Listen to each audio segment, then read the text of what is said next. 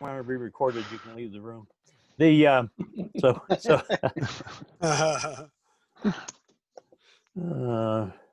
So anyway, we'll get started in a minute because Rudy has got the recording button on. And I'm Barbara Gahn-Mueller, president of this illustrious Rotary E-Club of World Peace.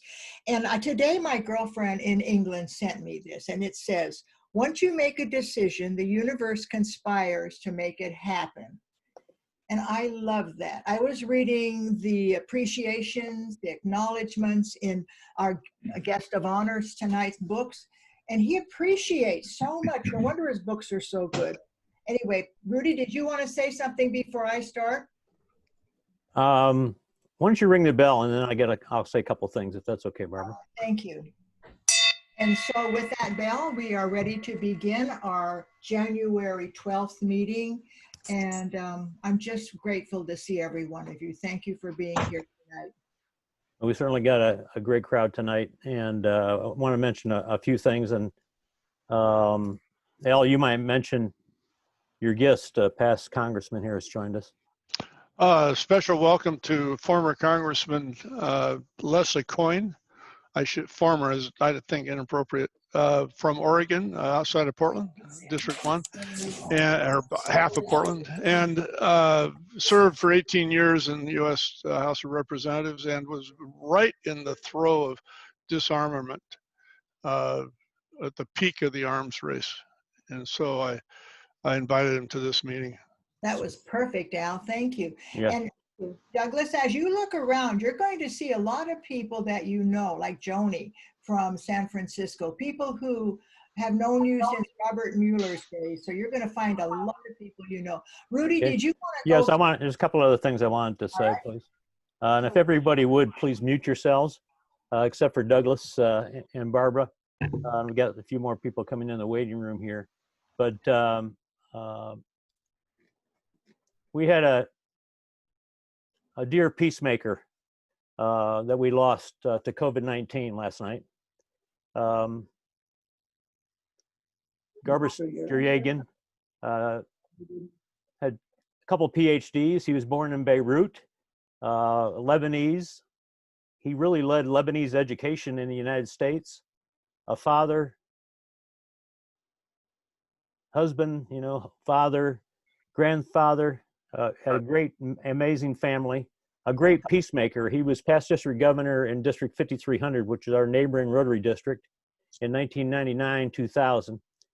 And 30 years in a row, he had a peace conference every year, 30 years in a row in his district, a one-day peace conference. And he had even met with the president of Turkey in order to proclaim and create peace between Armenia and Turkey, and for Turkey to admit the Holocaust that happened back in Armenia and the lives lost. And had worked recently in the Middle East. I know he was a past president of the Rotary Action Group for Peace last year, and taken groups of Rotarians to the Middle East to look at Israel and Palestine and understand different ways to connect peace and create peace in that region. Very well respected.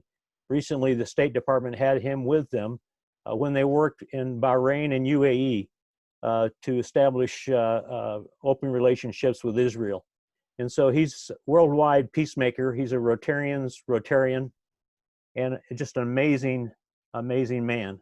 A week ago, I got a note that and he's president of Mashdot's College, and very well respected in his community on many, many boards, just active every day, every hour of the day, working in some way to make people's lives better locally and internationally and create peace on the planet.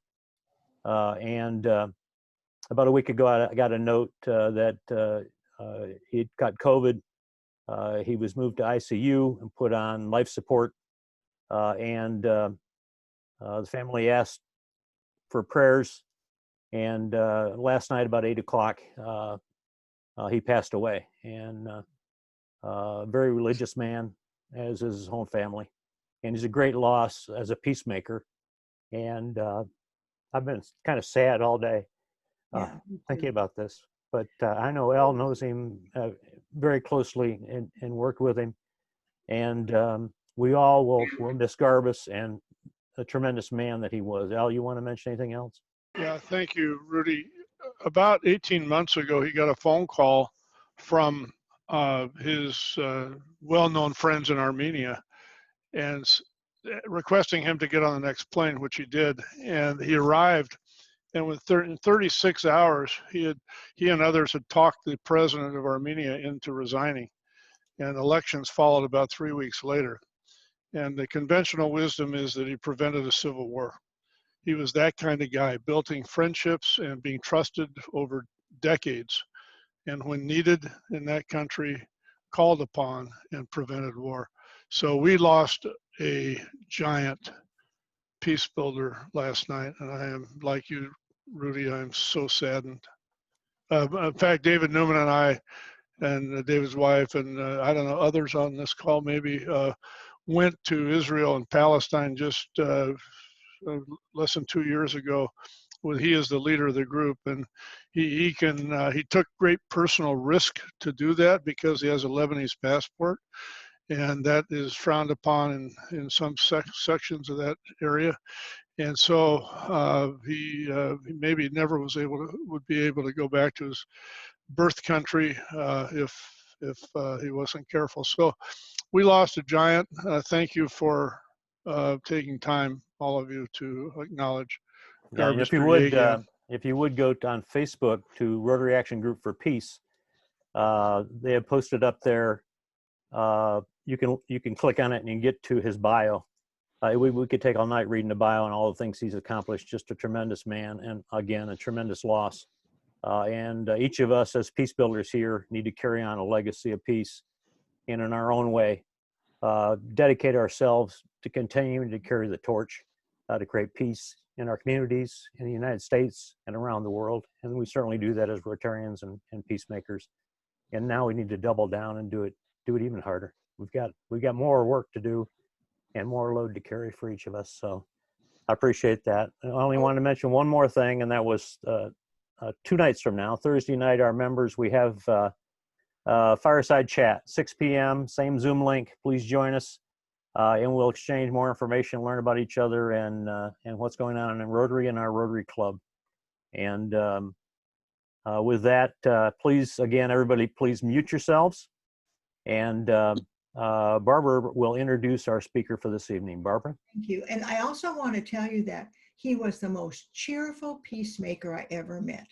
We would have a Rotary Action Group for Peace meeting, and he'd be in his car smiling and holding this phone and telling us things he had done. I think he had more global grants than anybody I've ever known. He made things work, and I loved him. And so we're all missing him. But tonight we're going to talk about Douglas Roche. Douglas Roche has a method for us to come to recovery, to peace prospects in the Biden era. Just the title alone of his book is enough to make you want to just rush out and get it on Amazon. And I saw many of you holding it up because it just says what it is, recovery. It's time for that. It's time for us to heal. And I was so grateful that we were able to get him this week. Honorable Douglas Roche is a former senator, member of parliament, Canadian ambassador for disarmament, and a visiting professor at the University of Alberta. He was elected chairman of the United Nations Disarmament Committee at the 43rd General Assembly in 1988. You know he has many books. He is a busy man. He's written 20 books, but I'll just mention one that really spoke to me. The Human Right to Peace. We all have that right to peace, but his book spells it out. And tonight, a lot of it's in this book here also. In 2018, the International Peace Bureau awarded him the prestigious Sean McBride Peace for his indefatigable, I can't even pronounce the word, incredible work, in particular as president of the UN Association, which I am president of in Santa Barbara, and in particular, president of the UN Association and ambassador for disarmament. In 2010, the city of Hiroshima named him an honorary citizen for his nuclear disarmament work. What an honor, and particularly for founding the Middle Powers Initiative. When I first met Robert, it was in the Robert Mueller, my late husband, it was in the early 90s. And we had to separate for a while because he had to go back to Costa Rica and meet with Douglas Roche. They spent weeks together writing Safe Passage to the 21st Century. And so he's a lifelong friend of mine. And Robert and I would have many dinner conversations about the work that Douglas Roche has been doing. So without further ado, and all my love, I want to say, please welcome Douglas Roche. Thank you. Thank you, Barbara, and good evening to everyone. It's an honor to be with you tonight. And Barbara, thank you so much for your kindness, your kind remarks. And I also want to start out by remembering Robert Mueller, who was the co-author with me of Safe Passage into the 21st Century, which we did in 1995. And I would say that Robert Mueller is the real author of the book that is on the table tonight, namely my new book, Recovery, Peace and Prospects in the Biden Era. Robert Mueller was a mentor for me. When I was a young parliamentarian in the early 1970s, I went to the United Nations for the first time. And fortunately, I met Robert Mueller. And as time went on, he took me under his wing. And he taught me the basics of what peace is all, the four pillars that the United States stands on, that we have to stand on. The pillars of economic and social development, climate crisis, global warming, arms control and disarmament, and the advancement of human rights. So he taught me all those things, and I'm grateful to him. Now, my dear friends, as we begin our discussion tonight, I'm very conscious of the times in which we live, this moment, this tumultuous environment that we're in. I speak to you as a Canadian. One, I may also add, who lived for 8 years in the United States. 3 of my children were born there. And thus, and I have traveled widely through the United States. I've been in virtually every state. So I have a very deep feeling for the United States. And I am heartbroken at this, I can't even find the words to describe the kind of attack that has been made, not just the physical attack on the Capitol, but the attack on the core of democracy itself. And, but I bring it up now to indicate to you that although we're going to talk about the world and the role of Joe Biden as the incoming president, I'm conscious of the challenge that we all face to maintain the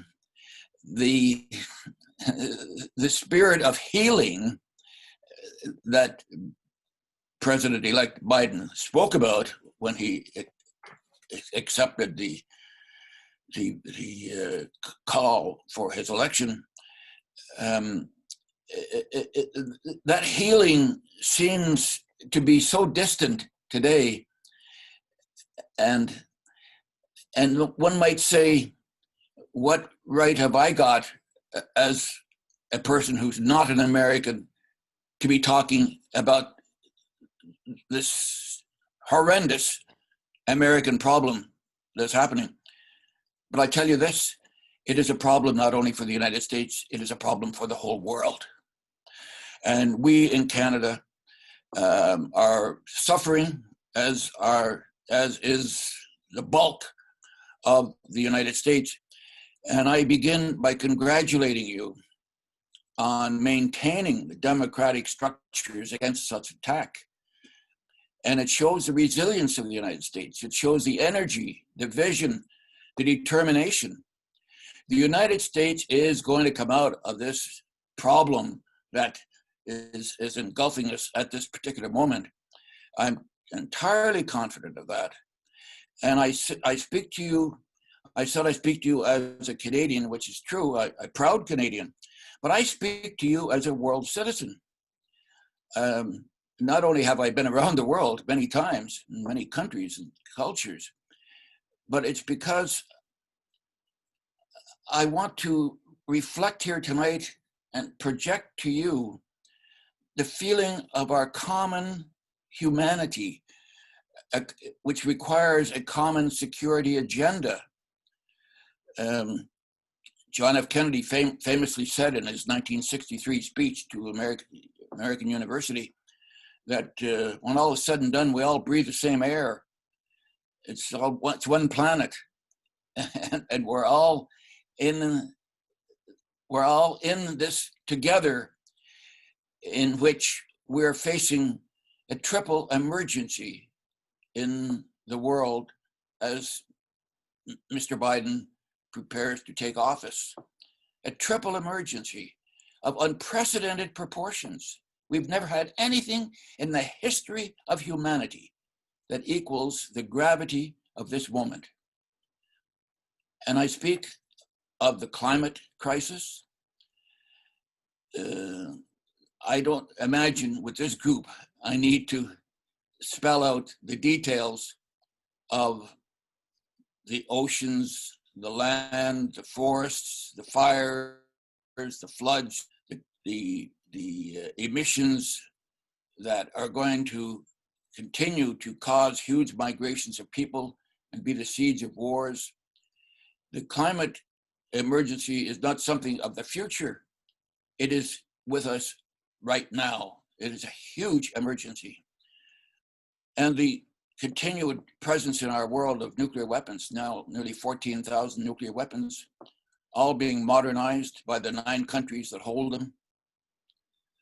$1 trillion in the US alone is spending, and trillions with all the countries spending on these weapons that have been rightly called by the former president of the International Court of Justice the instruments of evil, the ultimate evil, the worst evil, nuclear weapons. I've been to Hiroshima many times, and I have seen with my own eyes through the museums and the artifacts and talked to the Hibakusha what nuclear weapons have done in the 2 times that they were detonated and what they are capable of doing, and that the world still is held hostage by the nuclear weapon states that pose an Armageddon at any moment.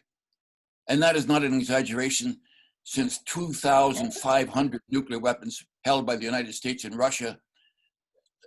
They got many more than that, but 2,500 of them held on constant alert basis, meaning they could be fired off at 15 minutes notice. It's an unconscionable way to live. This is an emergency, the continuation of nuclear weapons. And then the third emergency, of course, the coronavirus.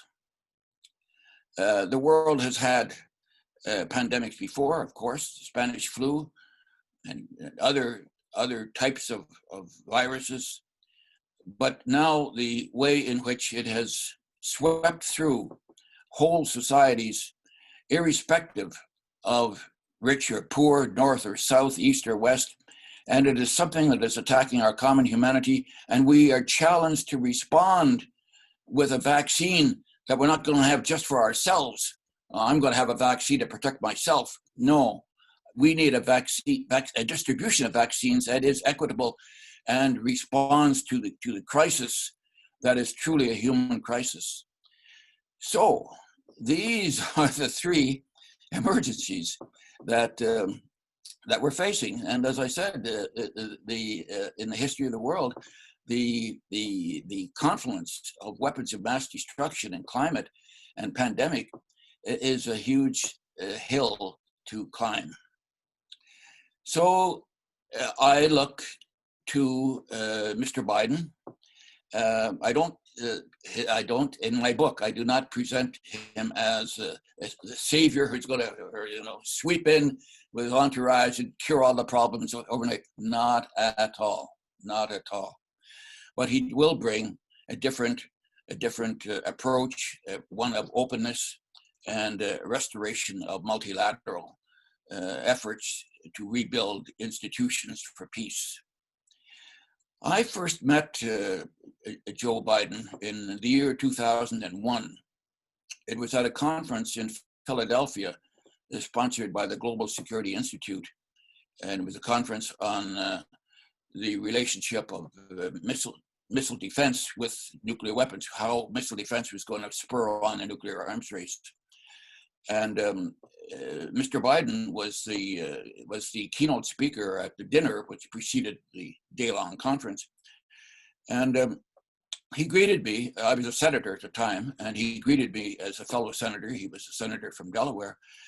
And he made his speech. It was just after the 9/11 attacks in New York and the Pentagon. And I always remember what he said, but this moment, at that moment of the 9/11, should be seized to rebuild the relationships between the international powers so that they could together withstand terrorism as it was starting to loom. And so I thought it was a forward-minded speech. And so life went on. And this summer, when Mr. Biden was preparing to, in seeking the Democratic nomination, my friend Jonathan Granoff, the Global Security Institute, resurrected out of his photo files a photo that was taken on the occasion of 2001 of the conference in Philadelphia, and he sent it to me. And it was a photo of Joe Biden and myself, and I guess I'd kind of forgotten about it. But it brought back a whole lot of memories of that time, and I started to get more interested in what Biden's position would be on issues of peace, were he to win the nomination and subsequent election. And so I began to research, and the more I researched, the better I started to like him. And I settled down and to write, but I didn't tell anyone. As a matter of fact, I told no one, except my one assistant who helps me on research and so on. I didn't even tell my family. I didn't tell my friends I was writing, because I did not want to have a conversation with anybody on defending why I was going to write a book when Biden hadn't been elected, hadn't even been nominated, let alone elected. And what are you going to do if Trump wins the election and all your things going to be nullified, all your work will be nullified? I just took a position. I was absolutely determined in my own mind that Joe Biden would win, and that I wasn't going to get into any conversations to send me off the track. And thus I was able to concentrate for 3 to 4 months as the nomination went through and then the election campaign started. And I became more confident that were he to win, that the outreach that personifies him as a politician would serve well in at least addressing, and I'm not saying curing entirely, but at least addressing this triple emergency of the climate, the nuclear, and the coronavirus especially. So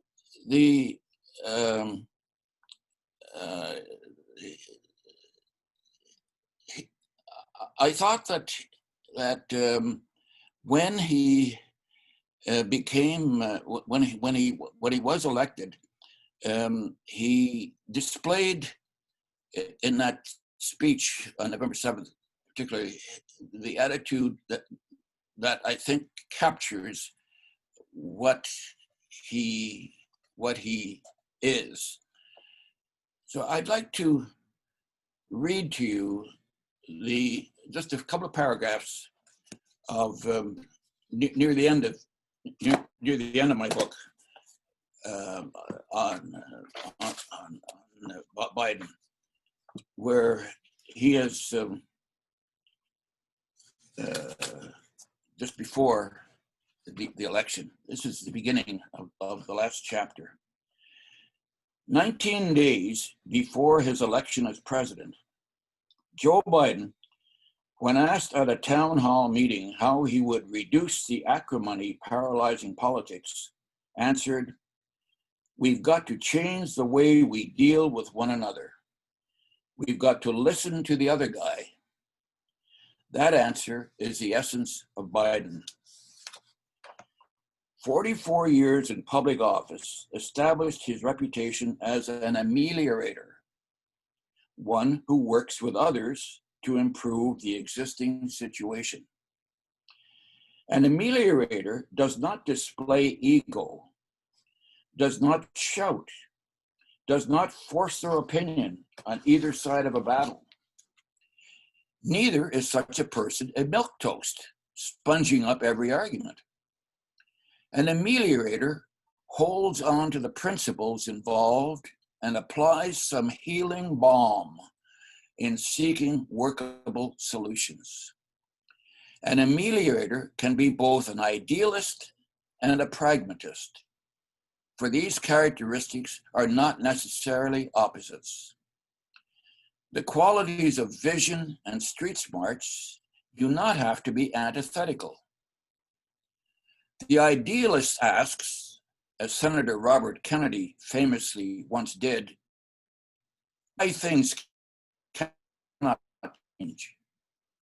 And the pragmatist, as Kennedy ruthlessly was, does the glad-handing and back-patting to soften an opponent's position to change. The idealist and pragmatist merge in the politicians. Joe Biden is a pragmatic. Well, it goes on and on. I don't want to read too much because I want you to read. I want you to read the book. So he comes to office now, and I hope that he will follow a bold agenda.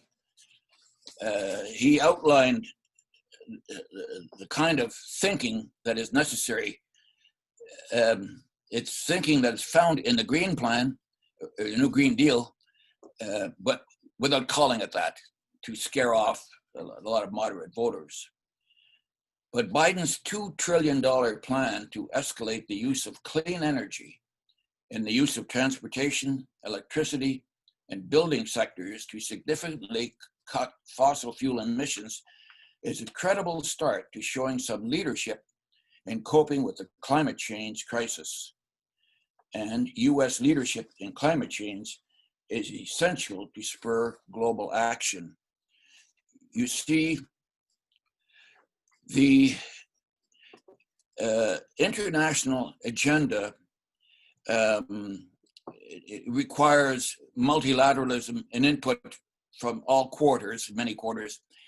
But the way the world is constructed now, I don't know what it'll be like in 50 years from now, 100 years from now. And that's, I think about it, but our concern is today.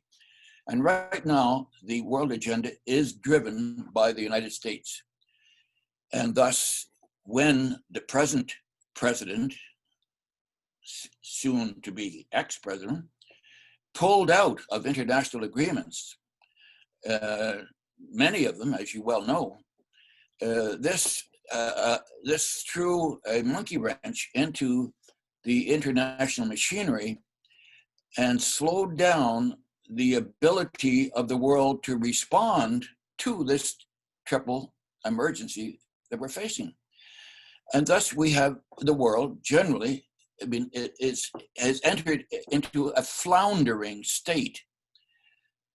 And many people, if not despair, at least they lost hope, and certainly confusion and chaos have been a result. And so we need to find a way to bring the world back together in order to make some progress on the 4 pillars that I talked about of economic and social development, protecting the climate and environment, arms control and disarmament, and the advancement of human rights. And if you look at what Biden has said in each one of these areas and his early actions, even as president-elect, in the people, the kind of people that he is choosing for his cabinet and his close advisors, you can see that he is in harmony with that approach that I think characterizes certainly the Rotary Club as peacemakers reaching out, that we can look to for some gains in the world as a result of the United States settling down and starting and recovering its own capacity to build a society. If it's not going to be a full shining city on the hill, as Ronald Reagan described, at least a beacon in the world. We must recover what the Statue of Liberty truly means for the people of the world. That must be recovered. So it's going to require a bold agenda. I pointed to this in my book, that while Mr. Biden may not label everything he's doing as progressive, he needs to take progressive ideas and sell them and promote them and implement them through the mechanisms that he have, and can say with some relief, thankfulness, that it appears that at least that, which could have been a very huge obstacle to him, will be part of his political methodology and outreach and for legislative purposes. So in all of this, as we look to President Biden starting his presidency by ensuring that the people of the United States are going to be able to receive the $2,000 checks, that the COVID vaccine distribution will be as fair and as professionally done as possible. When he brings the United States back into the Paris Agreement on the climate, when he joins with Russia to extend the New START agreement holding long-range nuclear weapons at 1,500, when he gets the United States back into the Iran agreement, the JCPOA, to prevent Iran from becoming, a full-fledged nuclear power. These items, these aspects of the agenda will help to heal. I mean, healing will not be just by words, but by actions of the implementation of an agenda which is geared to bring some economic and social fairness to the American agenda, will itself then be a contribution to the more rapid implementation in the world of the Sustainable Development Goals, the 17 Sustainable Development Goals that reach out in all manner of health and education formulas to improve the life of people of the world. And then when Mr. Biden, or President Biden, holds what he has said he will do, a global summit democracy, a global summit of democracy, this will be an extension of the United Nations agenda. So you find me tonight, as I said earlier, very, very concerned about the United States, but confident that the real strength of the US is going to be recovered, and that is going to help immensely in the forward movement of the world as we are entering a culture of peace. The transformation that the world is going through from the old culture of war that dominated militarism, that dominated our thinking, and the thinking of the political apparatuses for so long, and resulted in the military-industrial complex with its tentacles and its power. The culture of war has certainly not ended, but the use of war to resolve conflict is in the process of ending. If you just look at the last century, 100 million people were killed in 2 world wars. We haven't had that. The United Nations is 75 years old now, and we haven't had a world war in those 75 years. And so there is a shift taking place from reliance on war and the culture of war to a culture of peace, the centerpiece of which is nonviolence. And so the lessons of Gandhi and Martin Luther King and Nelson Mandela, I mean, those lessons are permeating down into our systems. And thus, the United Nations now dares to talk about the right to peace. Not many people have heard about this, but it is actually an entity that is working its way through the thinking and legal processes of the United Nations. And so this huge transformation of the world, going from a culture of war to a culture of peace, is the real basis of hope. And the United Nations is the mechanism, it's the way in which we express this hope, this desire in practical, political, pragmatic ways.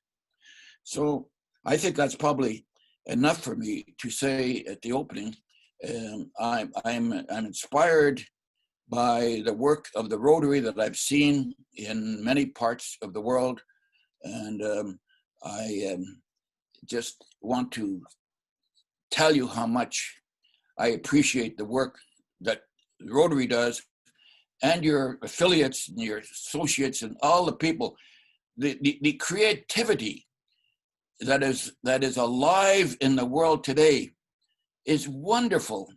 And we got to ensure that it is not covered over, or some cloak is put over it by the fact that there's also tumult and danger in the world. These two are going together, eh?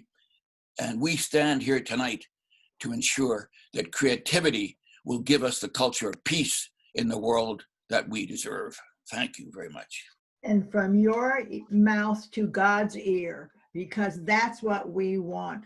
And I'm so grateful we have Zoom, because if we didn't have Zoom, we couldn't get this inspiration from you, Honorable Douglas Roche, to tell us that not to despair, use our creativity to imagine the world we want.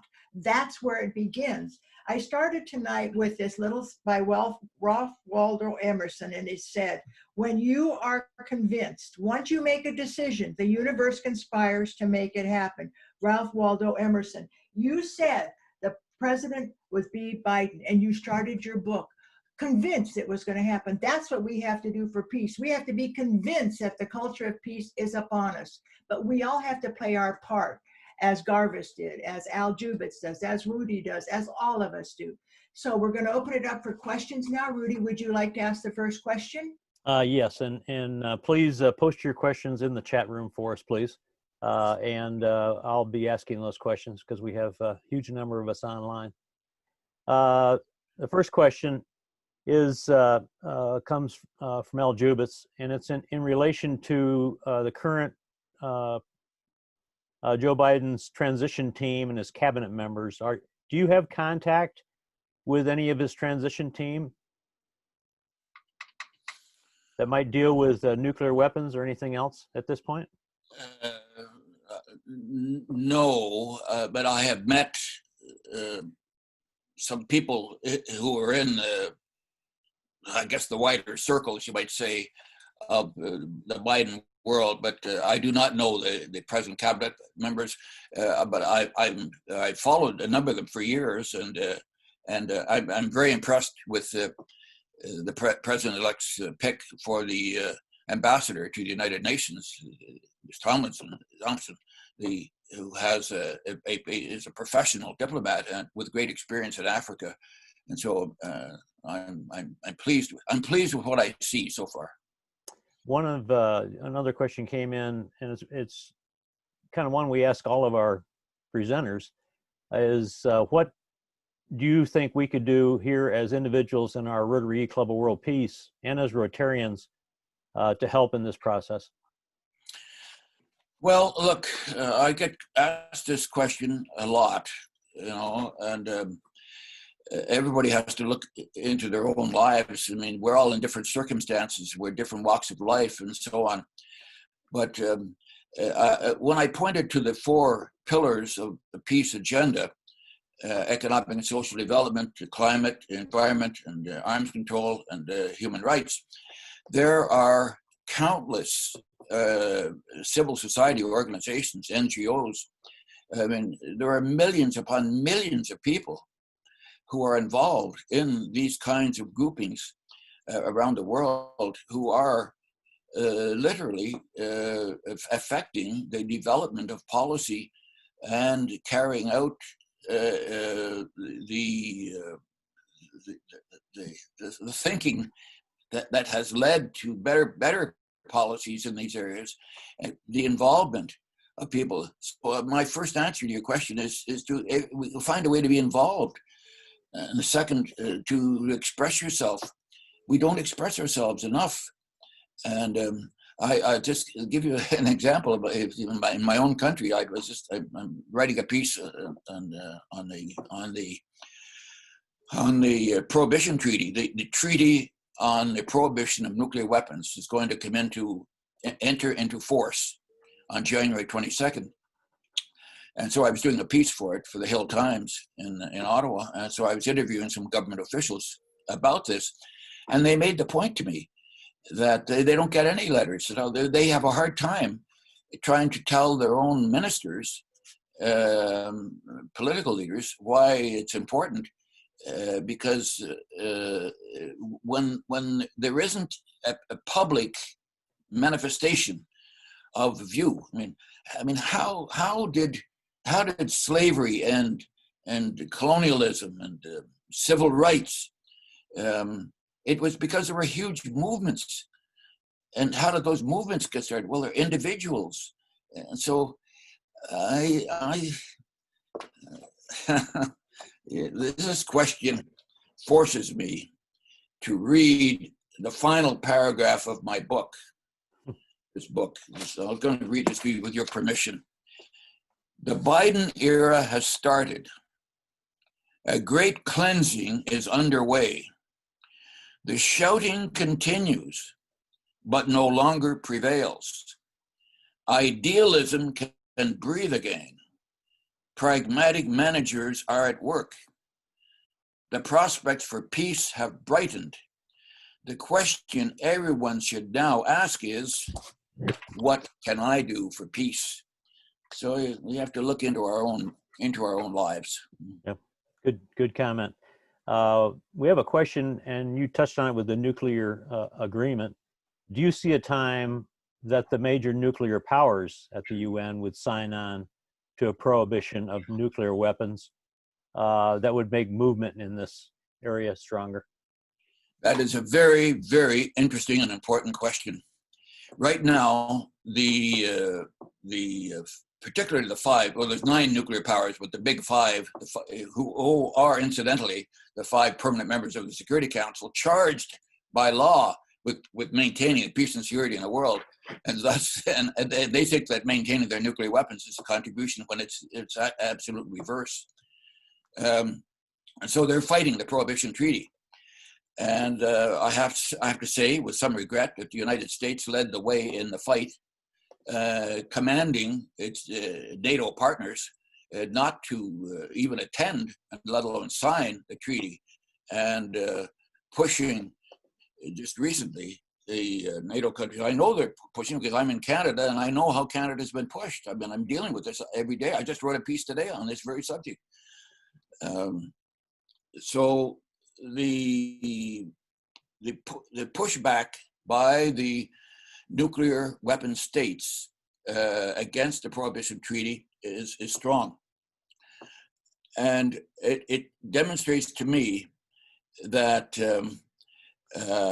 we are in stage 2 of the 3 stages that are required for change, of great social change. The first is the idea is ridiculed. And when slavery went through that, the whole idea of releasing people from slavery was ridiculed. Then they finally get to the second stage, where there's huge opposition by the established figures, established governments, whatever, against fighting hard against it.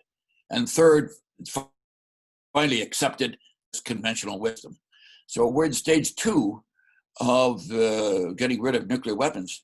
And the harder the NATO leadership fights against the Prohibition Treaty, the more it indicates its panic that the idea of the Prohibition Treaty will start to take hold in the public, namely the delegitimization of the possession of nuclear weapons. And this, of course, is a big step forward.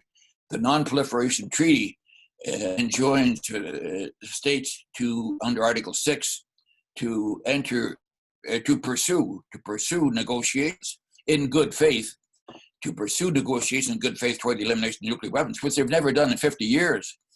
So this is why the humanitarian movement against nuclear weapons started a few years ago, in which the progressive governments and good aspects of civil society, not least particularly the international campaign to abolish nuclear weapons, demonstrated conclusively the catastrophic humanitarian consequences that would result from the use of any one of the nuclear weapons in existence today. And that led to the development of the Treaty on the Prohibition of Nuclear Weapons, which prohibits the possession of nuclear weapons. The Non-Proliferation Treaty says they're supposed to negotiate the elimination, but the Prohibition Treaty forbids the possession. So it's entering into force, but it will only be effective for those who accede to the treaty. And so maybe we'll have half the 122 states in the world, about 70% of the states signed on to it at the beginning and voted for it. And the ratifications are now more than 50, so that's why it's entering into force. So it will take time for the treaty and the prohibition of nuclear weapons to pick up some speed, so to speak, to become more commonly known and supported. But as this goes on, it is raising the global norm against the possession of nuclear weapons. And when the public wakes up and realizes that the dangers that nuclear weapons constantly pose for the world, then there will be a real pressure against the governments that are still maintaining them. I find myself unable to say whether the nuclear weapon states will give in or at least accept at an early stage. I simply don't know. But nor do I think that President Biden I do not regard him as a nuclear weapons abolitionist by any means, but I do think that he, like President Obama, is seeking a way to the nuclear weapons-free world. I do believe that. I believe Obama. I've just read his book. I commend Obama's book to everyone here at this meeting tonight. and Obama makes that clear. But what is clear is the strength of the military-industrial complex in paralyzing administrations in trying to move forward. So I do not want to sit here tonight and make any predictions about what is going to happen. I simply don't know. But I do think that the Prohibition Treaty is going to help considerably in raising people's knowledge and norms against the possession of nuclear weapons, and that at least would be a better position that we're in now. Well, we've got we'll get on another subject here, since you mentioned about us needing to be the beacon of light and hope for the humanity here across the globe again. How do you see us, and how long do you see us after we've withdrawn from the Human Rights Commission at the UN, getting back in touch with human rights and being an example on human rights and supporting human rights and democracy around the world? Yeah, well, thank you. That also is a very important point. I'm sure it's top of agenda for President-elect Biden. The civil rights situation in the United States, as we saw last summer in the demonstrations, and the racial inequities that are present in the United States, as are present in the world, but certainly in a dramatic way, and dramatically so in the U.S. That's got to be at the top of Biden's agenda.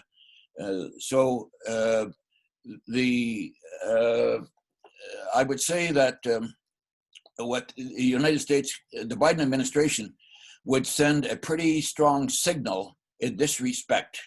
Right now, we're talking about human rights. It would send a strong signal by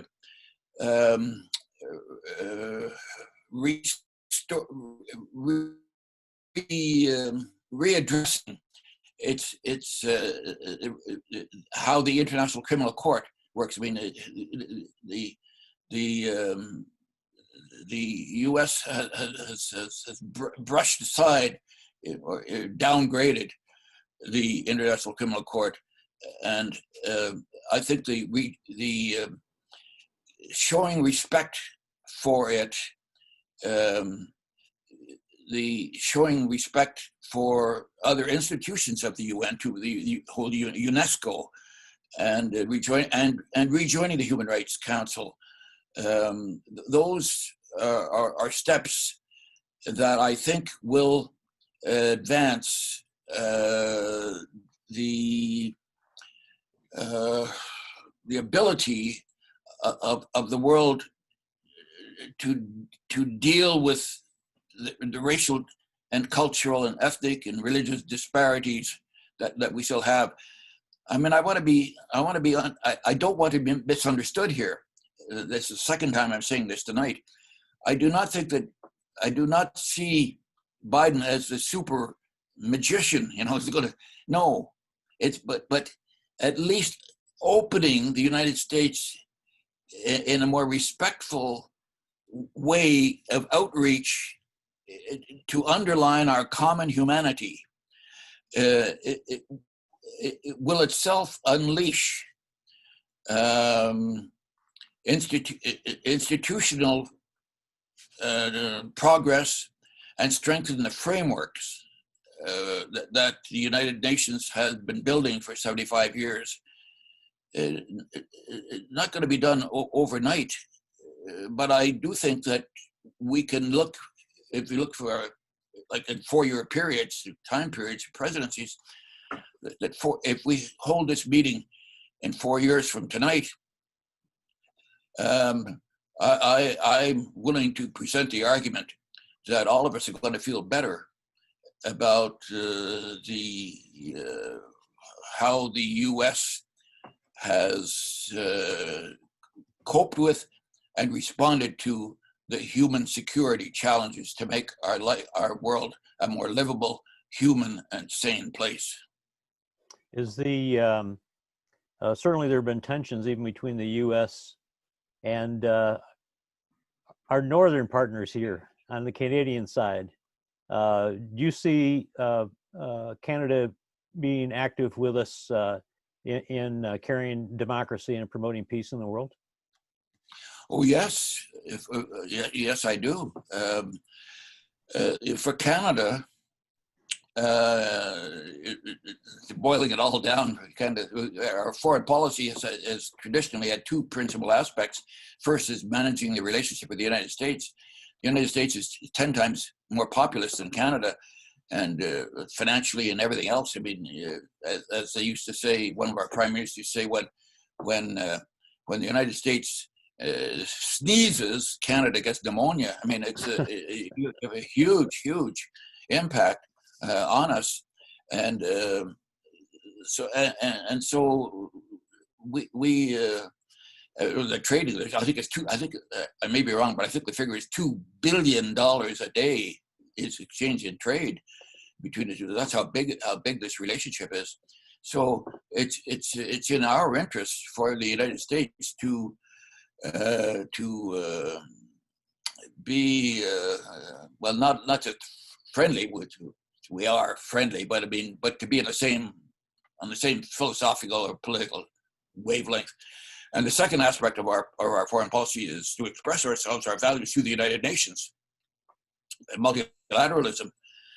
We're a small country. There's only 37 million people here. We're the second largest land space in the world, and thus we have a big responsibility.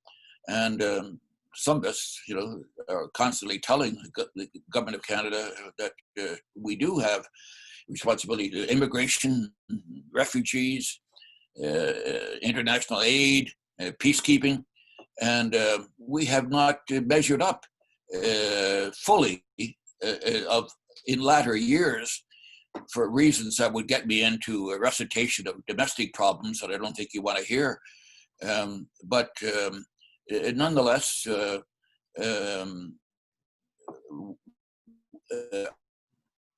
Prime Minister Justin Trudeau is very, very conscious, I think, of Canada's responsibilities, and he co-chaired with Jamaica a special series of meetings at the UN to strengthen the financial mechanisms to get money into developing countries, particularly hard hit by the COVID disaster. And so this was a very constructive thing to do, and it shows the kind of values that we have in Canada. But we had to, when the present president of the United States was at his worst moments, which was practically all the time, Canada had to tiptoe. We had to tiptoe through the garden, lest we exacerbate problems and relationships.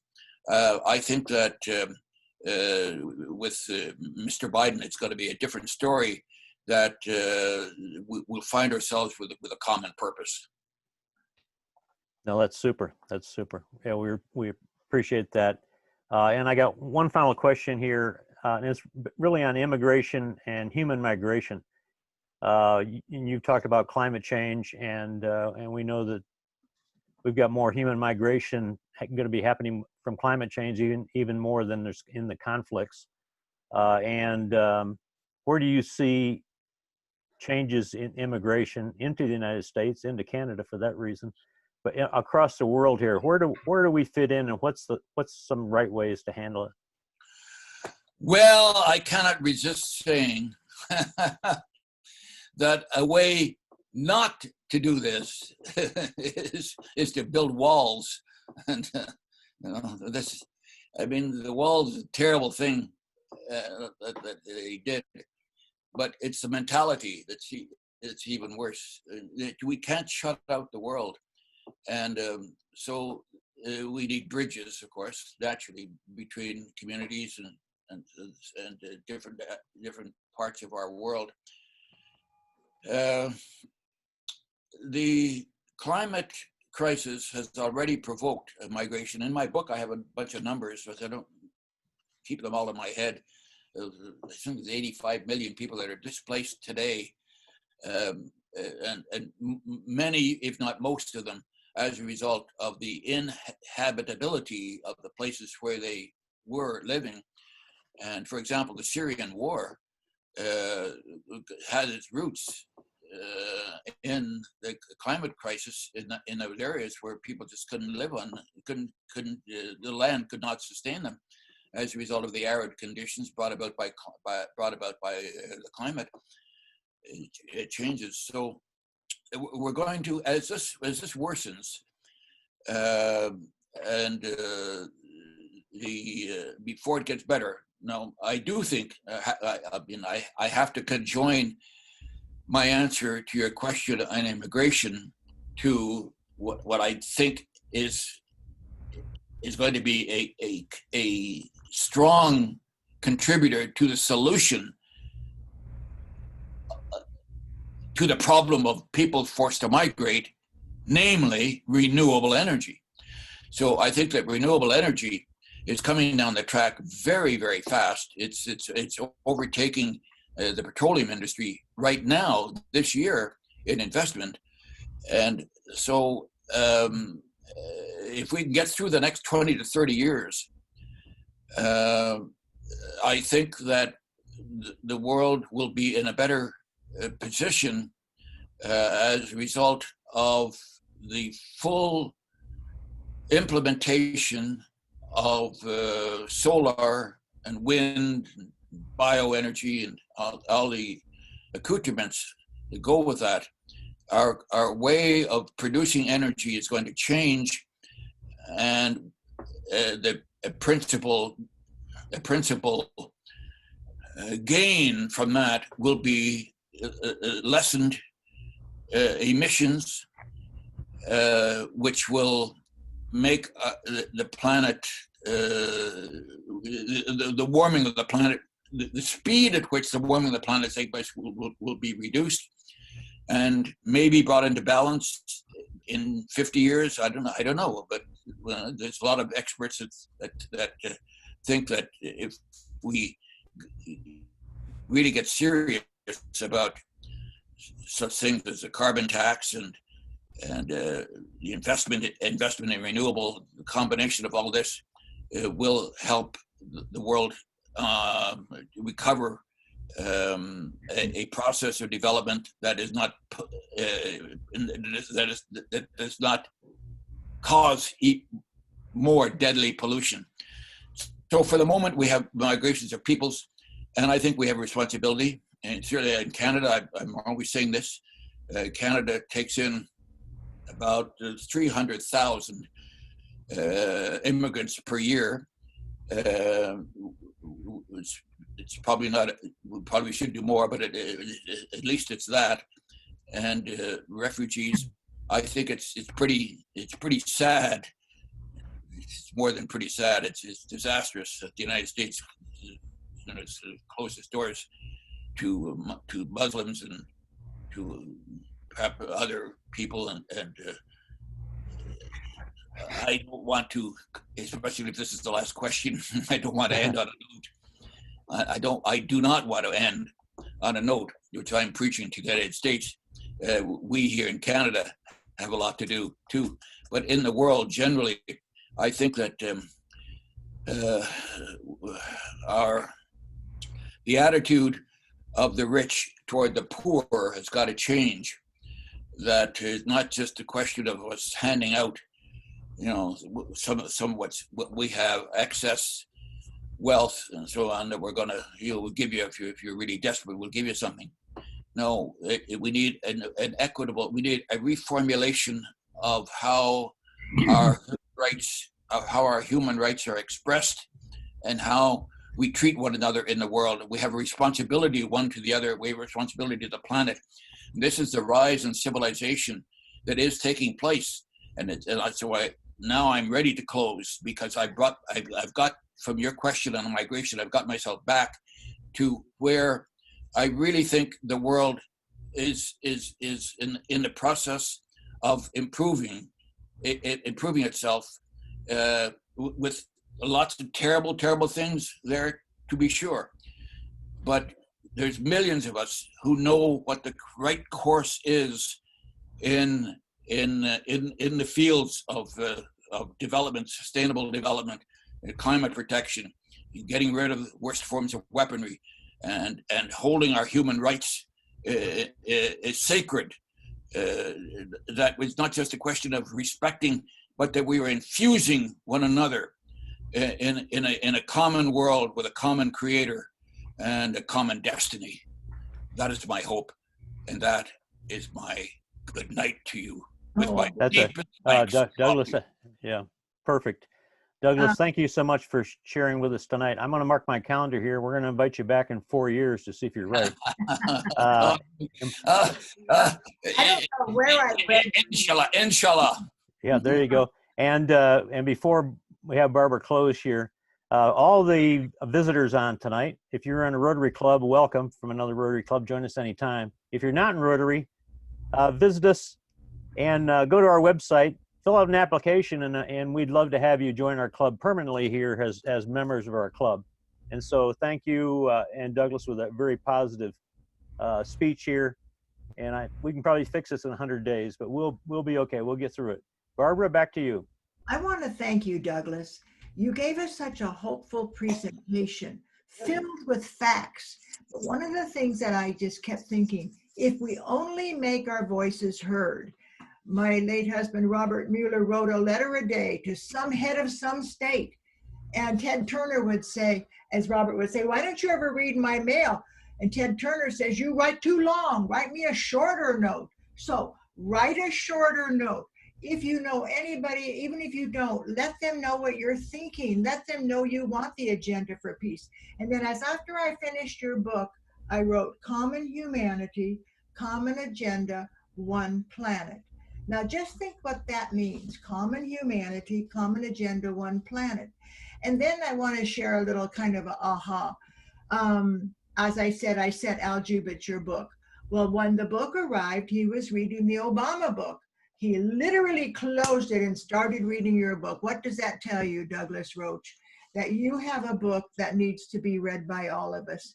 And I'm just so grateful. There's so many people on tonight who need to be pushed a little to get going, to let their voices be heard. And remember, peace doesn't just happen because you know it's going to happen. It happens because each of us are part of it. And Douglas, do you have a last word for us? Thank you all for inviting me here tonight. I found it a very moving experience to be with you, and I wish you all the best. And the culture of peace is possible because we have people like Ambassador Chadre, and there's so many of us who can make sure that the culture of peace stays with us forever. Douglas, you're a blessing and a half.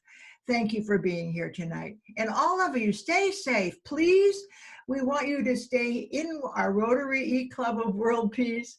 Go to our website. If you haven't been there lately, there's so many wonderful things. All right, without further ado, put on your mask and stay safe. And look at Rudy, he's already ready to go into the world. Bless you all and have a wonderful evening. Thanks again, Douglas. You are fabulous. You have a memory like I can't believe. Good night, everyone. Good night. Beautiful. Good night. Thank you. Tremendous. Really, Good night, everyone. Good night. thanks. Good night, everyone. Good night. Beautiful. Very good, very good. Wonderful podcast. Wonderful club meeting. Yep, we are. Something special. Okay, my friends, Good night. safe. Good night. See you on the flip side.